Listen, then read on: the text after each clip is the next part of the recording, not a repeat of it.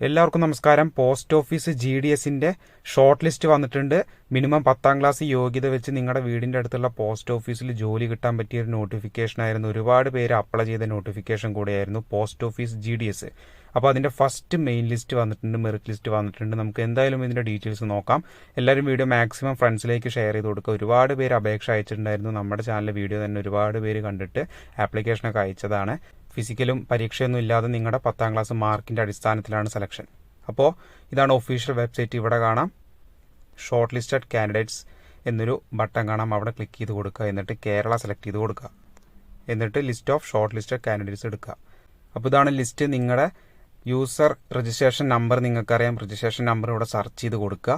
അപ്പോൾ നിങ്ങളുടെ registration number ഇവിടെ ഹൈലൈറ്റ് ചെയ്ത് കാണിക്കുന്നുണ്ടെങ്കിൽ നിങ്ങൾക്കത് സെലക്ഷൻ കിട്ടിയിട്ടുണ്ടെന്നാണ് അതിൻ്റെ അർത്ഥം. ഇവിടെ പേഴ്സൻറ്റേജ് മാർക്ക് കാണാം. 95, 97 തുടങ്ങിയ കാറ്റഗറി വൈസ് പേഴ്സൻറ്റേജ് മാർക്കും കാണാം.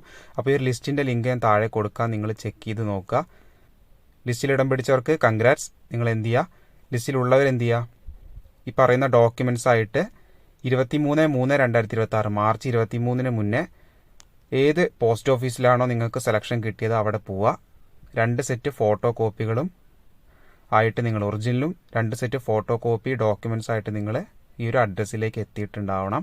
ഫസ്റ്റ് ഡിവിഷനാണ്, പിന്നെ office, post ID, post name, community, നിങ്ങളുടെ കമ്മ്യൂണിറ്റി, നിങ്ങളുടെ രജിസ്ട്രേഷൻ നമ്പർ, നിങ്ങൾക്ക് കിട്ടിയ പേഴ്സൻറ്റേജ് മാർക്കാണ് ഇവിടെ കാണുന്നത്.